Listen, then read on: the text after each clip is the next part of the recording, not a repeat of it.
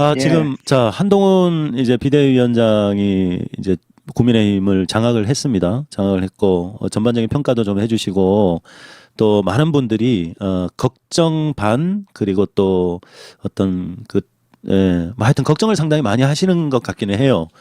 그래서 어떤 부분을 좀 걱정을 많이들 하시죠? 일단 사람들이 새로운 것에 대한 어떤 기대라는 게 있지 않습니까? 신당도 비슷한 거지만 그래서 한동훈이 윤석열과는 좀 다른 캐릭터이지 않습니까? 물론 윤석열의 말을 거역할 수 없는 그런 그 불가분의 관계에 있지만 윤석열과는 좀 다른 캐릭터여서 또 어떤 그 요소를 부려서 예, 또 민주당이 좀 불리해지는 상황으로 가지 않을까 하는 그런 예. 걱정을 하시는 분들도 많이 계시더라고요. 아, 이제 네, 좀, 한동훈이가 이제 이렇게 좀 윤석열하고는 좀 캐릭터가 다르기 때문에, 그렇죠. 이제 어떤 다른 어떤 대응 방안으로 나와서 민주당을 좀 교묘하게 공격을 했을 때, 네네. 민주당이 이제, 대응이 이제 이렇게 느려져가지고, 음. 이게 전화가 이렇게 좀 많이 지금 울리는 편이신가요? 아니요, 지금 딱 듣기 좋습니다. 예, 아, 예, 그렇습니까? 예, 괜찮습니다. 예, 예. 네, 아, 네. 이게 제 전화기가 지금 좀 어디가 이상해요. 예, 아, 예. 그, 괜찮으시죠? 예, 지금 좋습니다. 예. 네네. 근데 이제 제가 서울의 봄이라는 영화를 안 보려고 했는데 결국 이제 아, 제가 보게 보셨어요? 됐거든요. 네네네. 근데 이제 우리 역사에서 보면 이 검찰 특수부, 음, 그다음에 이제 신군부, 박정희 어떤 그 쿠데타 세력, 음, 그다음에 조선 왕조 500년을 보더라도 어떤 세조, 인조 반정, 음, 항상 어떤 그 반란군의 세력이란 게 우리나라 역사에서만 그 소수 한 줌도 안 되는 세력들이 항상 그 반역, 쿠데타, 혁명, 음. 그 윤석열 그 특수부 사단의 검찰 쿠데타로 인한 어떤 정권 찬탈이라는 것이 항상 반복되어 왔잖아요. 네네네. 그 다음에 이제 이 한동훈이 국민의힘을 정복을 하고 점령을 하는 이러한 사태에서 다시 민주당을 긴장을 하고 우리 민주 진영이 국민들이 바짝 긴장을 하는 이러한 음, 경계를 하는 이러한 상황이 역사에서 계속해서 반복이 되는 그 근본 원인은요. 네, 첫째는 너무 이 민주 진영들이 근본적으로 나이브한 생각을 지금도 가지고 있다는 거예요. 근본적으로. 네, 맞습니다. 동의합니다. 근본적으로 민주당 그러니까 이재명 대표도 나이브하고 음, 근본적으로 나이브합니다. 음, 그 나이브한 이유가 뭐냐면 이 사회적인 약속이 없어요. 약속이 돼가 있지 않아요. 그러니까 사회적인 약속이라는 건 뭐냐면 음, 우리 민주 진영이 집권을 하고 난 이후에라도 이 음, 세력들을 완벽하게 그러니까 프랑스의 어떤 2차 대전 이후에 나치에 부역한 애들을 언론사들을 8천 명을 거꾸로 매달아가 교수형을 처해가지고 완벽하게 적폐청사를 해버렸거든요. 근데 그렇죠. 우리나라 조선 500년 역사 이후에 해방 이후의 역사에서 한 번도 친일 세력이든 구테타 세력이든 전두환 세력이든 검찰 특수부 세력이든 보수 정권이든 이 반란 구테타 세력들을 한 번도 제대로 청산한 역사가 역사가 없습니다. 없다. 그러니까 예, 사회적인 약속으로 처벌을 해야 되겠다라는 사회적인 약속이 된 적이 한 번도 없어요. 맞아요. 예, 그러하기 때문에 한동훈을 갖다가 윤석열을 우리가 정권 교체를 해서 처벌을 한다 그래도 또다시 검찰 특수부든 기재부 특수부든 행정고시 음, 특수부든 경찰대 나온 엘리트 특수부든 민주 세력을 또다시 공격할 겁니다. 그렇기 때문에 음, 뭐 내가 이름을 거명해서 그렇지만 조국 장관이든 최강욱 의원이든 이런 사람들이 뭐 음, 한줌 세력 검찰 특수부를 뭐 한줌 세력밖에 안 된다. 검찰 내부에도 이 사람들은 뭐 2천 명 검사들 중에 소수밖에 안 된다. 쟤들 아무것도 아니다. 우습게 본다. 한동훈 저거 음, 아무것도 아니다. 그 윤석열 사단 지금 몇 명 안 된다. 우습게 보는 거예요. 얘들을. 음, 그러나 우리가 제가 비유하는 게 좀 이상해서 그렇지만요. 그 네, 서울에 보면서도 보면 예, 얘들의 그 신군부라든지 검찰 특수부 애들이 가진 이 소수들이 이 사조직들이 가진 그 특징이 뭐냐면 이 사람들의 한동훈이가 가지고 있는 돌파력, 이 음, 특수부 애들이 가지고 있는 윤석열이 가지고 있는 전두환이 가지고 있는 정보와 조직력, 그러니까 음, 얘들이 가지고 있는 돌파력을 무시해서는 안 됩니다. 그러니까 음, 얘들 한동훈이 비대위원장으로서 국민의힘을 치고 들어가는 돌파력, 국민의힘을 치고 들어가서 정복하는 단숨에 단박에 비대위원장을 점령해버리는 돌파력, 정복력. 그러니까 점령을 해버리는 거죠. 근데 이 민주당과 이런 사람들은 거기에 대한 어떤 민주적인 절차. 그러니까 음, 이 특수부와 전두환들은 단박에 전부 돌파해버리고 전복을 해버리거든요. 그런 데 대한 이 보수 세력들은 쾌감을 느껴요. 카타르시스를 느껴요. 보수 세력들은 쾌감을 느끼고 보수 국민들은 박수를 치고 쾌감을 느끼고 돌파에 대한 시원함을 느끼고 잘한다 잘한다 잘한다 하는 거예요. 그러니까 그런 데 대한 쾌감을 느끼는 일부 국민에 대한 카타르시스를 한동훈이가 주면서 이 총선거라는 것은 제가 그때도 말씀드렸지만 60%의 국민들밖에 60%의 초중반 61, 2%의 국민들만 싶으면 투표를 하거든요. 그렇죠. 그러면 여기에 30% 민주당 지지자들, 30% 보수 지지자들. 그러니까 비가 오나 눈이 오나 양 진영의 총 직결 충성도가 높은 양 진영의 투표층이 나오게 되고 수도권의 40%. 그러니까 이 당락을 결정하는 수도권의 중도층의 40%가 투표를 하시게 되는데요. 네. 이 수도권의 40% 당락을 결정하시는 분들의 특징이 수도권의 이 40% 당락을 결정하시는 이분들의 특징이 뭐냐면 이 40% 중에 25%는 원래 투표를 안 하십니다. 25%는 원래 투표를 포기하시는 분들이고요. 네. 25%는 투표하기 열흘이나 일주일 전에 대세에 따라 결정을 해버리시는 분들이에요. 그러니까 정치에 별로 관심이 없다가 투표하기 열흘 전에 일주일 전에 누구 찍을까 하다가 이쪽인가 저쪽인가 하다가 대세에 따라 결정해버리시고 그렇죠. 강한 쪽에. 그 다음에 이 40% 중에 중도층의 대다수인 이 50%층이 누구시냐면 이분들이 바로 투표하기 대통령 선거 1년 전, 국회의원 선거 총선거 1년 전, 그러니까 2023년도 올해 4월달 제가 그렇게 강조했던 올해 4월달에 총선거 1년 전에 민심. 이놈들 안 되겠다. 이놈들 안 되겠다. 도저히 이놈들 윤석열은 안 되겠다.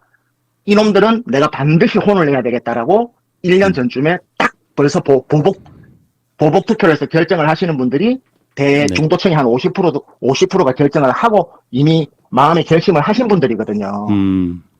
네. 근데 이분들의 특징이 뭐냐면요. 식품님 조심을 해야 될 게 이분들이 결심을 하셨는데 이분들이 결심을 해서 중도층이 넘어왔기 때문에 지금 지지율이 총선거에서 정권 심판입니까? 정권 지지입니까? 하게 되면 갤럽 기준으로 해가지고 정권 심판입니다. 이렇게 해가지고 지지율이 지금 10에서 15% 차이가 계속해서 가속도가 붙어가지고 지지율이 벌어져가지고 지금 좁혀지지가 않지 않습니까? 식품님. 맞습니다. 네. 이게 이제 마음이 변심이 없으신데 이 중도층들 때문에 그렇거든요. 근데 이 40% 중에서 50%를 차지하고 계시는 이분들 마음이 성향이 어떠시냐면요. 네. 이분들이 네. 극우 정강훈과 차명진처럼 그러니까 아주 막말을 쏟아내는 극우의 그 말을 쏟아내는 사람들. 그 다음에 임종석 종북주사파, 임종석과 그 다음에 통진당, 임종석 종북주사파 통진당 아주 극자적인 정책. 그러니까 뭐 토지 공개념을 주장한다든지 뭐 양도소득세 부동산을 뭐 100% 땅을 다 빼들어가지고 기본소득을 주장한다든지 얼토당토 안 하는 공산당 정책을 주장을 한다든지 그런 극자적인 정책을 주장을 하고 아주 종북적인 그 말을 주장하고 아주 극자적인 586에도 아주 극자적인 정책을 주장하는 사람들이 있습니다. 예, 아주 일부입니다. 일부. 예. 일부. 예. 그런 세력들이 있어요. 그런 세력들하고 손을 잡는 사람들이 있어요. 민주당에서도 옛날에 보면 그렇죠. 문재인 대통령도 선거연합이다 그래가지고 표가 딸리게 되면 후보 단일화를 해요. 그런 세력들하고 단일화하는 사람들한테는 표를 안 줍니다. 확 돌았습니다. 그렇기 때문에 한동훈이가 지금 국민의힘이 굉장히 코너에 몰려가 있기 때문에 여기 수도권의 50%의 마음을 결정하신 분들이 네. 극자적인 운동권을 싫어한다는 걸 타겟을 딱 잡고 여기에다 운동권이라는 프레임을 한 달 전부터 이 법무부 장관 할 때부터 송영길 그 연대 총학생회장을 대표적으로 돈에 586이 부패대가 있다 이래가지고 송영길 씨를 딱 그 프레임을 잡아가지고 운동권이라는 프레임을 계속 씌우는 겁니다. 법무부 장관 있을 때부터요. 맞습니다. 예. 근데 이제 이 송영길 대표도 머리가 좋은 사람이기 때문에 이걸 알아요. 이걸 아는데 송영길 대표도 한 발을 집어넣는 겁니다. 왜? 자기도 정치적으로 지금 야인이고 어떻게든 정치적으로 여기서 밀리게 되면 자기도 정치에서 이제 한 발 빠지기 때문에 어떻게든 이게 진입을 해야 되는 겁니다. 그러니까 잊혀진 사람이 되기 때문에 여기서 이제 한동훈하고 계속 그 각을 세우는 겁니다. 자기도. 그러니까 여기서 각을 세워서 계속 이제 그 한동훈하고 각을 세우면서 결국은 이제 정치적으로 각을 세우는데 그게 이제 결국은 한동훈의 입지만 키워주는 꼴이죠. 근데 그거는 송영길 대표도 자기도 이제 어떤 정치적인 계산이 있어서 그렇게 하는 거예요. 그런데 그거는 민주당의 마이너스입니다, 결국은. 그렇게 되면서 한동훈이는 이제 비대위원장 오면서부터 이것만 공격을 하는 거예요. 그러니까 한 놈만 패는 거예요, 한 놈만. 그러니까 어차피 총선에서 자기들은 과반을 못 얻는다. 과반을 못 얻기 때문에 이 중도층의 50%, 수도권의 50% 이 사람들은 돌아설 수 있는 길은 유일하다. 돌아설 수 있는 길은 유일한 거는 뭐냐? 어떤 경제정책도 아니다. 그러면 경제가 살아날 수도 없다. 부동산 정책도 아니다. 그러면 복지 정책도 아니다. 세계 경제가 살아날 수도 없다. 경제 회복도 될 수도 없다. 그럼 단기간에 인재 영입도 안 된다. 그럼 무엇이냐? 네거티브도 안 먹힌다. 그러면 운동권, 극자적인 걸 싫어하기 때문에 이걸 자극을 해야 된다. 그렇기 때문에 민주당의 있지도 않은 586 극자를 맞습니다. 사라진 58을 죽은 망령을 되살려가지고 계속해서 전략적으로. 네. 있지도 않는 586 망령을 끄집어내가지고 계속해서 때리기 때문에 이재명 대표는 눈치가 빠르고 선발력이 대단한 사람입니다. 이재명 대표는. 네네. 이재명 대표는 동물적인 감각이 있는 사람이에요. 이재명 대표가 포지티브를 딱 하잖아요. 한동훈 대표 취임을 축하합니다. 잘하기 바랍니다. 우리 잘해봅시다. 딱 능글맞게 나가는 거예요. 맞아요. 우리 잘합시다. 잘해봅시다. 절대 거기 안 빠지는 거예요. 그래서 이재명 대표가 이제 정치를 본격적으로 시작하게 되면서 정말 많이 성장했구나 하는 걸 느꼈어요. 안 그래도 축하합니다. 얘기하는 거 보고. 싶으니 그게 대통령이 이제 될 위치가 될 사람들은 그렇게 행동하는 거지 않습니까? 예, 옛날에는 그런 성향이 아니었거든요. 그런 함정에 빠지면 안 되지요. 예, 그러니까요. 예. 그러니까 시fon이 그 윤석열도 중앙 정치에 들어온 아마추어고요. 네. 우리 이재명 대표도 경기행정도지사로 중앙 정치에 들어온 같은 아마추어지 않습니까? 아마추어 똑같은 입장이었거든요. 예, 중앙 정치는 아마추어라고 볼 수 있죠. 예. 두 분 다 같은 아마추어 입장이었지 않습니까? 예. 근데 이제 같이 이제 후보로서 뛰었는데 한 사람하고 한 사람을 지금 1년 6개월 지난 비교를 해봤을 때 두 사람의 어떤 성장을 비교를 해봤을 때 똑같은 종이로 봤을 때 똑같은 하얀 종이로 초등학교 입학을 해서 하얀 종이로 봤을 때 윤석열은 종이가 똥종인 거예요, 똥종이. 그리고 이재명 대표는 하얀 A4 하얀 백종인 거예요. 그러니까 똑같은 종이에 금묵자흑이라고 묵을 입혔을 때 이재명 대표는 아주 스폰지처럼 그 정치권에 좋은, 그러니까 우리가 군대 가면 좋은 것만 배우는 사람이 있고 나쁜 거를 배우는 사람이 있듯이 정치권에 들어와서 이재명 대표는 좋은 포지티브만 스폰지처럼 흡수를 한 거고 윤석열은 정치권에 들어와서 나쁜 거, 네거티브하고 남욕하고 전 정부 탓하고 옛날 검사 때 했던 나쁜 버릇 그대로 놔두고 이준석 뒷담화 까고 체리 따봉 날리고 국민의힘 두 개로 쪼개고 맨날 그 뒤에서 의원들 욕하고 김기현 내쫓고 못된 짓 하는 것만 배운 거 보면 같은 아마추어라도 한 놈은 종이가 하얀 종이라도 똥종이 노란 종이고 한 사람은 종이가 백지란 말 하얀 종이란 말이에요. 종이에 본질의 차이가 있는 겁니다. 본질의 차이가 있는 겁니다. 배움은 똑같이 배워도 종이에 본질의 차이가 있는 겁니다. 정치적으로. 근본이 다른 거예요. 그러니까 그렇죠. 이재명 대표는 동물적인 감각이 있어요. 동물적인, 그러니까 배우지 않아도 눈치가 대단히 빠르다. 그러니까 한동훈이가 딱 586을 때리니까 그 함정에 절대 발을 안 빠지는 거예요. 그러니까 이재명 대표가 굉장히 내가 깜짝 놀랐습니다. 그런 처신하실 때 보고. 그리고 또 그 정도 기본 눈치는 있어야죠. 정치하시면서. 그렇죠. 맞습니다.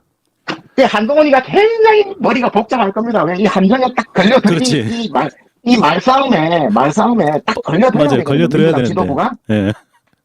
이제 예를 들어서 이제 정청래 의원이 딱 걸려들었다. 그럼 정청래 의원이 딱 걸려들으면 이제 한동훈이가 미리 준비를 해놨을 겁니다. 정청래 의원이 옛날에 건국대 때 미 문화원에 들어가서 방화를 2년 6개월 징역을 살고 목포 교도소 이걸 다 옛날 그 정가를 다 조회를 해놨을 거야. 또 걔가 암기를 잘하잖아요. 그러니까 딱 미리 준비해놓고 정청래 의원이 어떻게 운동권에 대해서 발끈하면은 거기에 대해서 딱 공격을 하려고 준비를 해놨을 때 아무 반응이 없으니까 얘가 그냥 지금 손바닥과 마주쳐야 되는데 한동훈이가 더 답답할 겁니다.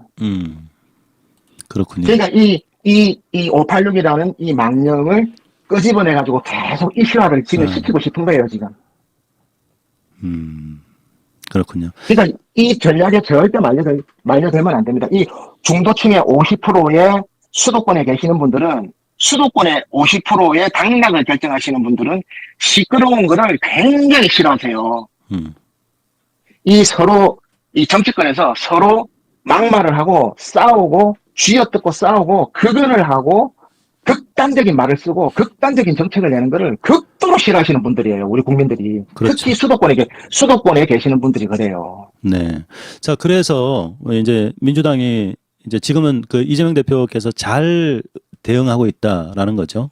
한동훈에 대해서 우리가 어떤 전략이 필요할까요? 아니면 아예 무시 전략으로 가야 될까요?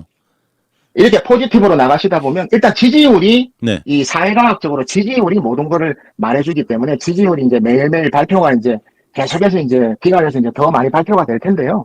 지지율이 계속이 발표가 되면요. 저 윤석열뿐만 아니라 국민의힘에서도 속이 바짝바짝 탈 겁니다. 네. 못 견딥니다. 이 내부가 균열이 나서 못 견딥니다. 시폼님이 요즘 이순신 장군 얘기들 많이들 인용을 하시는데요. 네. 한산이라는 그 영화를 보시게 되면 마지막 편에 그 이순신 장군이 네. 하객진을 펼쳐가지고 왜군을 다 물리치니까 그 이순신 장군의 부관이 그렇게 얘기를 합니다. 이순신 장군한테. 네. 장군님, 우리가 승리를 거뒀습니다. 하니까 이순신 장군께서 그렇게 말씀을 하십니다.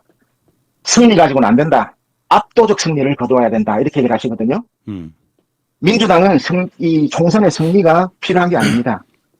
압도적인 승리가 필요한 겁니다.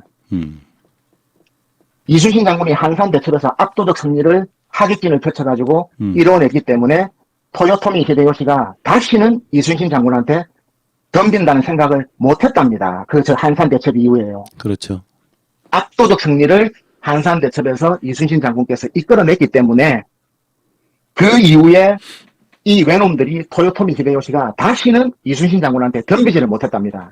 그러니까 이 민주당이 이번 총선에 절호의 기회가 왔기 때문에 이 압도적인 승리. 그러니까 제가 다시 한번 말씀드리지만 왜 압도적인 승리를 왜 못합니까? 강서구청장에 2달 전에 강서구청장에 진교훈 후보가 눈으로 확인을 했지 않습니까? 우리가 17%라는 표 차이로 압도적인 수도권에서 표 차이로 이길 수 있다는 걸 국민들께서 증명을 해주셨지 않습니까? 그렇죠. 이거를 못한다고요? 그러면 민주당은 정치적인 밥숟가락 넣고 한강물에 다 빠져 죽어야죠. 정치를 할 필요가 없습니다. 그 사람들은. 네.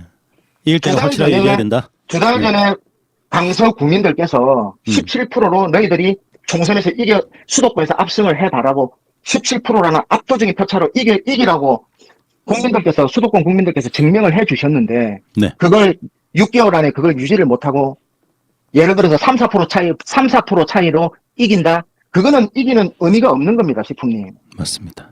이순신 장군이 말씀하신 것처럼요, 15% 이상의 차이로 수도권에서 압승을 거둬버려야 됩니다.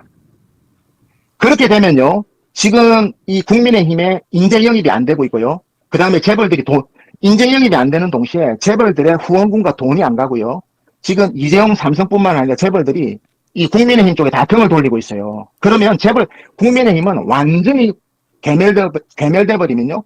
민주당의 장기 집권, 그러면 진정한 정치개혁, 언론개혁, 검찰개혁, 선거제개혁, 저절로 따라오는 겁니다. 그러면 이순신 장군께서 말씀하신 그냥 승리가 필요한 게 아니고요. 우리에게는 압도적인 승리가 지금 한산 대첩이 눈에 와 있는 겁니다. 네. 이거를 이낙연, 이 미친놈이 임진왜란의 원균 노릇을 하고 있는 겁니다. 지금 원균처럼. 맞습니다. 이 하객진의 대열을 이탈을 해서 하객진을 깨려고 하는 겁니다. 지금. 저거는 당장 목을 쳐야 됩니다. 민족을 배반하는 겁니다. 민족을. 그렇죠. 네. 이거는 총선의 승리가 중요한 게 아닙니다. 이거는 우리 민주당의 20년 장기 집권의 시작에 서막이 열린 건데 이걸 못한다고요? 네. 강서구에서 17.5%라는 17.15%. 네. 17%라 15%라는 승리를 눈앞에 안겨준 국민들의 이 압승을 민주당이 못 해낸다고요? 그러면 정치적인 밥숟가락을 놔야죠. 던져야죠. 예. 그러면 이낙연이 이 미친놈을 어떻게 해야 되겠습니까? 이재명 대표가 여기에 대해서 어떤 언급을 하는 것은 적절해 보이지 않는데요. 그거는 이제 민주당 내부에서 이제 알아서 해야죠. 그런 것까지 국민들이 어떻게 다 해줍니까?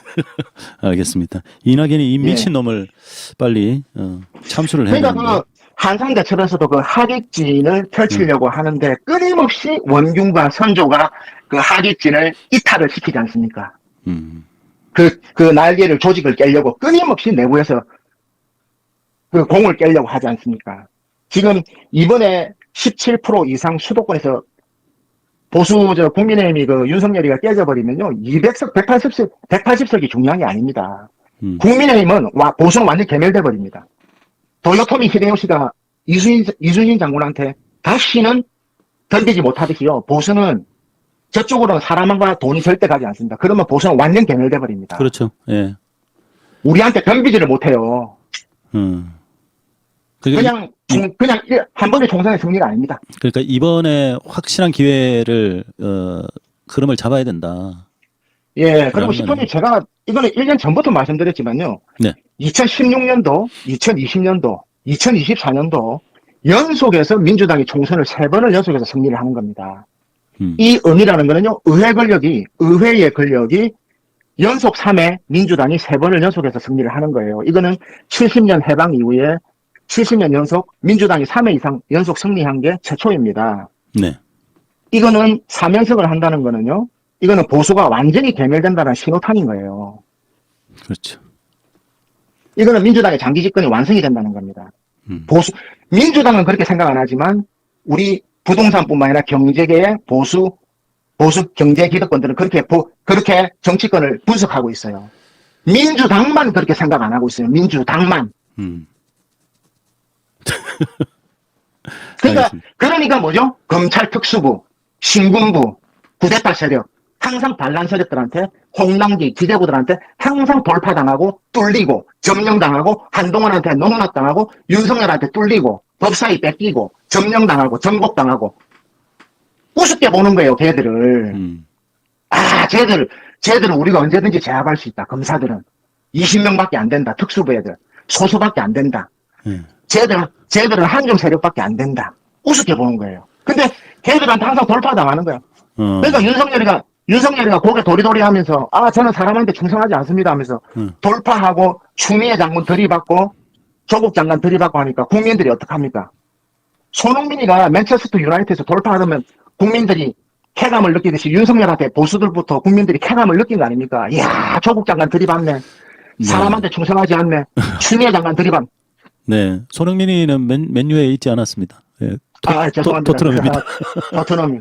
네. 그러니까 이 대중들은요, 네. 이 움직이는 거에 대해서, 네. 움직임에, 돌파에 대해서 굉장히 쾌감을 느낍니다. 그러니까 그 쾌감을 주지를 말아야 돼요. 그러니까 김민재 수비수처럼 원천 봉쇄를 해버려야 돼요. 그러니까 민주당이 너무 약해 보여서 그렇다니까요. 약해 보여서 사람들이 정을 주고 싶어도, 진짜 그러니까 이제 무조건 강한 게 아니고 싶으니 수비라는 건요, 이 패시브라는 거는 디펜스라는 거는 원천 봉쇄죠. 김민재처럼 딱 움직임이 있으면 가서 밟아버려야 돼요. 그렇구나. 그러니까 전두환이가 딱 움직이려고 그러면요, 바로 그냥 현장에 가서 딱 체포를 해버려야 돼요. 그러니까 그 기동력을 홍남기가 기재부가, 자꾸 얘기하면 길어지고요. 네, 그러니까 맞습니다. 항상 조선 왕조 500년의 네. 반란군에 대해서 그 기동력을 돌파를 허용하면 안 되는 겁니다. 자, 그래서 그러면은 민주당은 뭘 해야 됩니까? 내부 개혁해야죠. 내부 개혁. 예. 그럼 일단 근데 이제 제가 볼 때는 깔아 뭉개고 갈 확률이 높을 것 같아요. 제 눈치상. 쉽지 않죠. 우리 지지자들이 국민들이 바라봤을 때 민주당이 완전히 갈아엎어지는구나. 그렇게 보여지기가 쉽지가 않죠. 뭐 국민의힘도 그건 마찬가지 아니겠습니까? 이제 여보세요? 네네네, 말씀하십시오. 전화 끊어졌나? 아니요, 안 끊어졌습니다. 예. 네, 지금 잘 들리고 있습니다. 갈아엎는다기보다는요. 네. 이제 갈아엎는다기보다는 이제 민주당의 이재명 대표하고 대립각이 서는 사람들 있잖아요. 네네. 근데 이제 대립각이 이제 서는 분들이 계시는데, 그게 흔히 이제 말하는 소박이라고 이렇게 다 자르면은 대단히 위험하고요. 네. 이제 우리가 이제 내부 정보를 모르잖아요. 네. 시풍님 제가 전화기가 감이 안 좋나요? 이렇게 아주 잘 들리고 있습니다. 그렇습니까? 예, 아주 잘 들리고 있습니다. 예. 예. 저는 내부 정보를 조금씩은 그래도 듣고는 있습니다. 듣고는 있고. 그러니까 우리 지지자들, 당원들, 네네. 우리 당원들이 생각했을 때 이 정도면은 그래도 이 정도면 이재명 대표가 계획을 했다라는 정도의 개혁의 인정이 될 만큼의 개혁은 하셔야 될 겁니다. 네. 왜냐하면 긴 세버리면요, 우리 지지자들이 투표장에 안 나가는 수가 있어요. 맞습니다. 예. 왜냐면, 어, 민주당이 잘 아셔야 될 게요. 네. 아마 똑똑해서 잘 아실 건데, 자꾸 20대 남자 때문에 이재명 대표가 0.7%로 졌다. 아니다. 20대 남자 때문에 졌다. 아니다. 부동산 때문에 졌다. 또 때문에 졌다. 선거 분석들을 많이 하시는데요. 문재인 정부 때문에 진 거죠. 그렇죠. 그런데 네. 결정적으로 투표를 보게 되면요. 네. 40대, 특히 40대가요, 투표장에 안 나와서 졌어요. 맞습니다. 40대가. 왜 안 나갈게요? 기분이 더러워서 안 나간 거예요. 맞습니다. 예. 이번에도 그럴 수가 있습니다.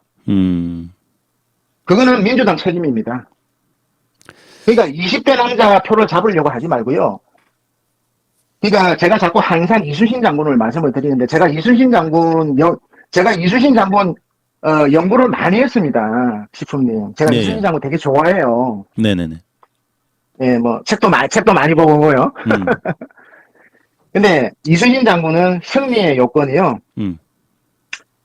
굉장히 부족하지만 자기 잘하는 것만 했어요. 본인이 가진 거에만 충실을 했지요. 가지지 않은 거에 대해서는 신경을 전혀 쓰지 않았어요. 본인이 가지고 계신 거에만 충실하셨어요. 그러니까 40대, 50대에 충실하시라는 겁니다. 맞습니다. 괜히 마음 주지도 않는 20대 남자 자꾸 넘보지 마세요. 그리고요. 수랑님 그 얘기 하시니까 제가 탁 생각나는 게 있습니다. 지난 대선 때 이재명 대표가 처음 방문한 곳이 어딘지 기억하시죠? 안동이었습니다. 안동이신가요? 예, 안동이고 경북이었습니다. 경북이었는데. 저는 제가 알기로는 지금 민주연구원장 하는 정태호 씨 관악구에 재래시장 정태호 씨 심술해준다고 재래시장 방문한 것 같았던데요? 그랬나요? 하여튼 처음으로 이제 지역으로 내려간 게 이제 TK였거든요. 그래서 그때 얘기가 많았어요.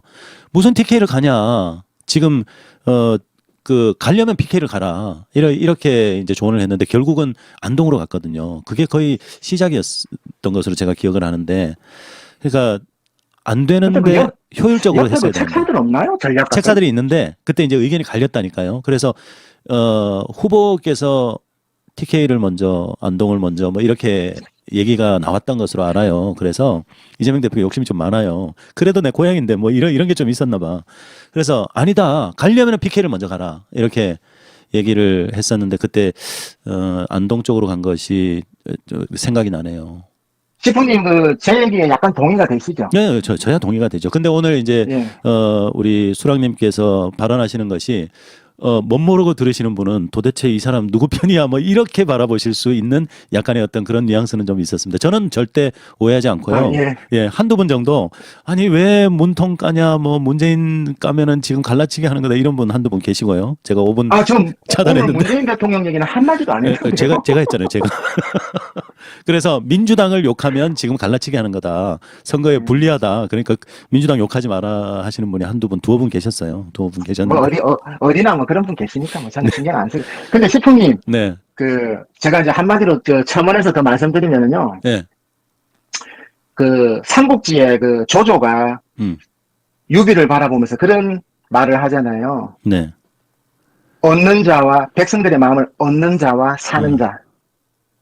그러니까 조조가 억지로 안동에 가가지고 백성들 마음을 돈을 주고 살라 그러잖아요.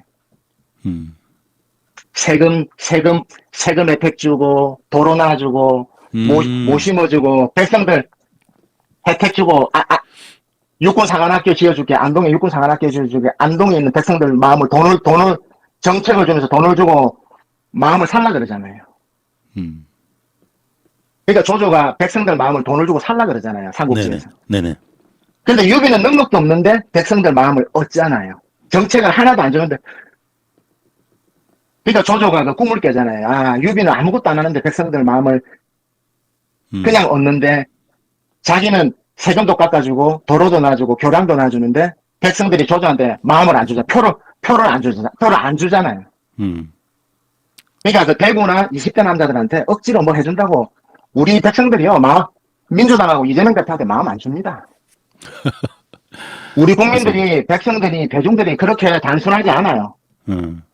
그냥 이순신 장군처럼 40대, 50대가 투표장에 한 사람이라도 더 나올 수 있도록 하는 것? 집중하는 게 선거에 집중하는 게. 앞서가는 겁니다. 예. 저도 동의합니다. 그리고 만약에 이제 지역에 집중을 한다면 이번에는 지금 우리 그 댓글도 그렇게 올리시는데 충청 지역 이번에 충청 지역을 너무 소홀했었어요. 그때 그 충청 지역하고 오히려 PK 쪽에 조금 신경을 쓰는 것이 더 효과적이지 않겠는가 저는 그렇게 봐요. 이제 뭐 PK나 충청 지역이나 이런 데는 이제 경제가 이제 워낙 지방이 좀 안 좋잖아요, 지금. 네. 이제 지금 경제가 제일 문제인데요. 네네. 이제 또, 이제 경제 얘기만 조금 하고 이제 마무리하겠습니다. 아, 예, 그래야 됩니다. 자, 그러면 질문 하나 드릴게요. 지금 그 태형건설이 이제 워크아웃이 지금 임박했다라는 기사가 뜨고 있거든요. 제가 예. 한 2주 전에 그 지금 건설사 하나 부도 그러니까 태형건설이 거의 뭐 한 16위 정도 되더라고요. 이 국내 건설사 중에 서열이 예. 16위 정도 예. 되는데 큽니다. 예, 건설사 하나 부도 날 거다라는 얘기를 한 2주 전에 제가 정보를 들었는데 그게 태형건설이더라고요. 이제명 네. 망하기를 학수가 됐던 태형건설이 예, 네. 요 사건 요거에 대해서는 앞으로 또 파급 효과라든가 뭐 그거를 겸해서 한번 좀 말씀해 주시면 어떨까요? 예. 네. 이제 불안해하지 마시고요, 시청자 네. 여러분들. 네. 제가 이제 석 달 전쯤에 말씀드렸을 때, 네. 우리나라 이제 그 건설업계가 일부 이제 부도가 나더라도 연쇄 부도는 일어나지 않습니다. 이렇게 말씀을 드렸고요. 네네, 맞아요. 왜냐하면 이제 윤석열 정부가 잘해서 그러기보다는요. 우리나라 공무원들 사명감이 있습니다. 어떤 정부가 들어오더라도 네. 우리나라 공무원들 세계에서 넘버3 됩니다. 다 사명감 있고 애국심 있고 충성심 있습니다. 그러니까 무슨 얘기냐면 이러한 경제 예측이 되는 그러니까 태형건설뿐만 아니라 이런 경제 건설이 안 좋다라는 예측이 되는 게 알고 있기 때문에 미리 금융권으로 파장이 일어난다는 걸 알고 있기 때문에 뇌관을 다 뽑아놨을 겁니다. 그러니까 경제는 예측 가능하면 다 뇌관을 다 다이너마이트 뇌관을 다 뽑아놨습니다. 이미. 그렇기 때문에 이것이 연쇄 파장이 일어나서 제2, 제1 금융으로 타고 올라가서 금융권이 부실해지고 네. 연쇄 부도가 나는 일은 없을 것이다. 일어나지 않습니다. 그러면 이게 그래서 부도까지 안 가고 그냥 그 워크아웃 정도 선에서 좀 마무리가 될 거라고 보세요? 예. 이미 뇌관은 다 뽑아놨고요. 아, 그렇군요. 그리고 이제 금융시장, 주식시장에 문제도 없습니다. 예. 그렇군요. 그리고 주식시장은 2,700까지 문제없이 이제 100포인트밖에 안 남았으니까요. 맞아요. 지금 2,600포인트 왔다 갔다 하고 있습니다, 지금. 예, 아니 이제 곧 올라갈 겁니다. 2,700까지. 아, 곧이요? 그러면 그렇게 네. 되면 그때는 이제 손절을 하는 걸로 알아서 책임지는 걸로? 아니요, 이제 손절하실 필요 없을 것 같아요. 제가 오늘 그것 때문에 이제 말씀드렸고요. 아, 그래요. 자, 왜냐하면 네, 우리 시청자 여러분, 예, 가장 중요한 정보가 지금 나오고 있습니다. 예, 정신 차리시고, 네, 주식 얘기하십니다, 지금. 네. 예, 왜냐하면 네. 이제 이 이제 세계 글로벌 경제가 네. 이제 이게 핵심이니까 좀 제가 이거 재능기부 크게 하는 겁니다. 아, 그럼요. 맞습니다. 적어야 되겠다. 삼성전자 요즘 날아다니던데요. 신고가 나왔지 않습니까? 네, 하이닉스랑. 맞습니다. 와. 제가 1년 전에 제가 여기 시청자 여러분들한테 제가 정보를 드렸습니다. 예, 저 삼성전자 죄송합니다. 삼성전자 73,000원에 팔았어요. 잘하셨습니다. 예. 좀 더 싸게 사실 수 있는 기회가 옵니다. 아, 그렇습니까? 예. 예. 알겠습니다. 근데 이제 제가 1년 전에 이제 2,100포인트일 때 네. 미국에서 이제 자이언트 스텝 네. 0.75 금리 인상을 올릴 때 제가 말씀드렸습니다. 미국이 금리 인상할 시기에는 진정한 경제 위기가 온 적은 역사상 한 번도 없었다라고 제가 말씀드렸습니다. 맞습니다. 근데 지금 미국이 금리 인상을 종료를 했지만 미국의 5.5% 역사상 최고의 금리가 높은 시기인데 하이닉스, 삼성전자가 최고가에 있다라는 거는 경제학자들도 설명을 못하고 있습니다, 지금. 그렇죠. 실적도 예. 삼성도 지금 실적이 좋지 않은데 하이닉스도 그렇고. 그러니까 그거를 학자들이 설명을 해야 됩니다. 예. 왜냐하면 그 사람들 말 들으면 지금 1,500포인트 가 있어야 됩니다. 경제는 완전히 지금 땅바닥에 있어야 되는 거예요. 네. 그리고 완전히 지금 스태그플레이션, 경기는 완전히 바닥에 있고, 뭐 스태그플레이션 현상은 있습니다만, 여하튼 길게 설명은 드릴 수 없고요. 네. 제가 핵심만 말씀드리면, 그러면 미 연준에서는 이 브레이크를 한번 밟으려고 할 겁니다. 어떤 브레이크를요? 그러니까 이제 이 금리를 인하를 하려고 할 겁니다. 네, 내년에 이제 금리 인하를 뭐 최소 3차례 정도 이상 할 예정이라고 이미 발표를 하지 않았습니까? 그대로 약속을 지킬 겁니다. 네네네. 미국은 미 연준은 신용의 나라이기 때문에 예측 가능한 나라이기 때문에 그대로 그 약속대로 할 겁니다. 근데 이 세상 일이라는 게 우리 양자 물리학에 의해 가지고 네. 3번을 내리겠다 약속은 했지만 카오스, 세상에 어떤 일이 일어날 수 있는 단 1%의 가능성이 있기 때문에 3번을 내리겠다고 약속은 했는데 네네네. 1%의 돌발적인 일이 생길 수가 있어요. 그거는 어떤 누구도 신이 아닌 이상 예측을 못 합니다. 그렇겠죠. 예.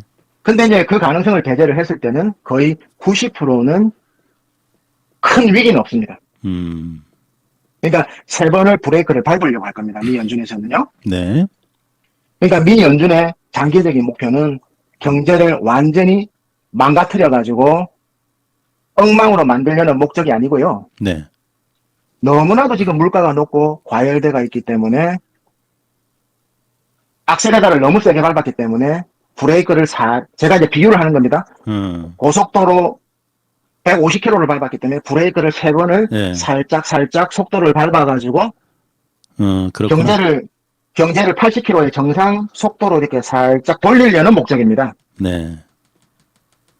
그러면 과속에서 정상으로 돌리는 과정에서 태형건설이라든지 네. 그동안 못된 짓을 했던 놈들이 부도가 날 수가 있습니다.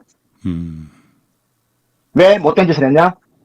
말 안 듣고 돈 막 갖다 쓴 놈들이 있단 말입니다. 영끌한 놈들이 있지요, 부동산. 그렇죠. 그런 놈들은 어떤 정부든지 용서 안 합니다. 절대 봐주지 않습니다. 윤석열 정부도 영끌한 사람들은 보호 안 해줍니다. 예, 그런 사람들을 다 거품을 제거를 해야지만 되는 겁니다. 그러니까 그래서 이제 그 태양건설이 부도가 나고 또 제2의 3의 건설회사라든지 일부 기업들이 도산을 하고 파산을 하고 이탈을 하지만은 그런 데 대해서 국민들이 불안하고 놀랄 필요가 없다라는 겁니다. 제 얘기는. 또 민주 진영에서 그런 데서 선동을 하면 안 됩니다. 윤석열이가 경제를 못하기 때문에 경제가 부도난다 이렇게 선동하면 안 됩니다. 더 점잖게 안심을 시키고 민주당이 든든한 모습을 보여줘야 됩니다. 네. 대안 세력으로서 그렇지. 정책을 제시하고 미래를 제시하고. 그러니까요. 민주당이 듬직해야 되고 좀 선이 굵어야 되고 돌파력도 있어야 되고 아까 그 파워 가즘을 좀 느끼게 해줘야 된다는 말씀을 누가 하시던데 진짜 이 민주당에 대해서 좀 든든함을 느낄 수 있는 그런 오르가즘을 좀 느낄 수 있었으면 좋겠어요. 우리 지지자분들이. 근데요, 저는 시풍님 저는 참 비난하는 걸 되게 싫어하는데요, 제 성격상. 예. 제가 이렇게 유튜브를 이렇게 한 번씩 돌려보면은요. 예. 위기일 때 꼭 등장하는 진보 경제학자들이 있어요. 위기일 때. 킬 났다. 앞으로 킬 났다. 완전 폭망한다. 뭐 이런 얘기하는 사람들. 그러면 국민들이 얼마나 불안하겠습니까? 그러니까요. 예. 그런 얘기 하지 말라는 겁니다, 제 얘기는. 윤석열이 밉다고 그런 잘못된 의혹된 정보를 주지 말라는 겁니다. 저희는. 윤석열이 밉지 국민들을 불안에 몰지 말라는 겁니다. 가계부채 부도난다는 얘기 하지 말랍니다. 가계부채가 25년 동안 부도난다는데 지금 가계부채가 부도가 났습니까? 어려운 건 사실이지만 가계부채가 부도가 안 납니다. 네. 부채 비율이 높을 뿐이죠. 어렵지만 부도가 안 납니다. 누가 어려운 거 모릅니까? 근데 부도난다는 얘기 하지 말라는 겁니다. 그러니까 다행히 민주당에서도 그런 얘기를 안 해서 저는 참 믿음직스럽던데요. 네네. 그렇게 얘기하면 특히 이 진보 진영에서 그런 얘기 하면 안 됩니다. 국민들 그래서 제가 말씀드리는 수도권의 중도층 50%가 그런 얘기를 굉장히 싫어합니다. 수도권의 중도층의 50%도 굉장히 똑똑합니다. 학사, 석사, 박사 전문직들 많습니다. 다 알아듣습니다. 이재명 대표가 경제 성장률 5% 얘기하면요. 다 안 믿습니다. 그런 분들. 그러니까 정말 민주당이 미래를 위해서 정확한 정보를 주라는 거예요. 그러니까 태영건설이 부도나는 거는 당연한 수순이다. 왜 빚내가지고 무리하게 지 실력에 맞지 않게끔 건설을 운영을 하려는 겁니다. 빚 땡겨가지고. 그래서 이 내년에 브레이크를 받는, 그러면 주식시장이 이제 제가 말이 길어서 죄송합니다. 아유, 아닙니다. 예. 근데 이제 2700을 갔다가요. 2700포인트를 갔다가 한 200포인트 정도는 미세한 조정 정도가 내년 상반기에 이런 2500포인트 정도까지 조정이 나올 겁니다. 2500선 정도의 조정? 예. 음.